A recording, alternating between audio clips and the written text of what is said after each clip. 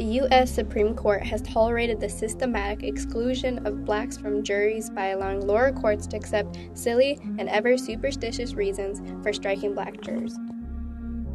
Some background vocabulary. Precedent, a standard set by past court cases that guides future court decisions. Deliberations, long and thorough discussions made by juries to reach a verdict. Racial discrimination is prevalent in the U.S. criminal justice system and has been protected through court precedents.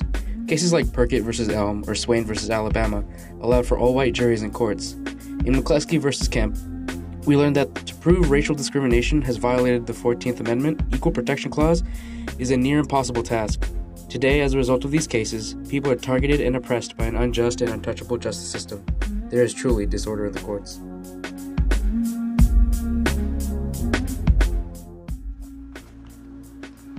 In the case Perkett v. Elm, 1995, Supreme Court ruled that it is acceptable for prosecutors to bar anyone from being on a jury for many reasons, no matter how silly or superstitious they appear. While prosecutors have the right to remove anyone who may seem unable to carry out the duty of determining if someone is guilty or innocent, the precedent in this case made it legal to strike either a current or potential juror for a variety of unconventional reasons or race-neutral reasons. Although it appears as though jurors are struck for odd reasons, the truth is that they are targeted as people of color. This leads to all-white juries, racial biases in the courts, and America's high incarceration rates of people of color.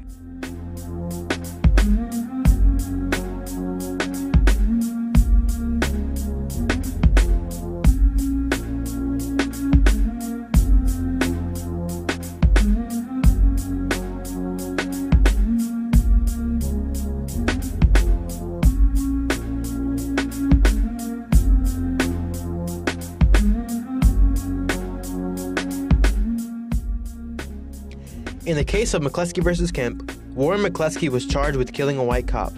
He faced the death penalty and fought against the punishment with the use of statistical data pertaining to racial discrimination in Georgia. Researchers showed that black defendants killing white victims were far more likely to get sentenced to death than white defendants killing black victims. He tried to use this to argue that the jury was making a racially biased decision in sentencing him to death, but it did not do him as well as he had hoped. The court ruled that an individual can't challenge racial discrimination by showing widespread statistical data. One must prove direct racial discrimination, something very hard to do. In addition, due to existing rules prohibiting the release of deliberations made by the jury, McCleskey could not make an argument for explicit discrimination. Without any proper proof that the jury's decision was racially based, and an inability to provide direct evidence of racial bias, McCleskey's argument crumbled under the Supreme Court's iron fist.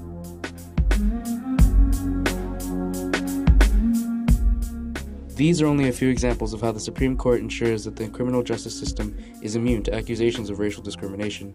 The court's protected use of discrimination is a direct contribution to the continuation of mass incarceration in the United States and is the reason why black defendants are 6 times more likely to be incarcerated than white defendants.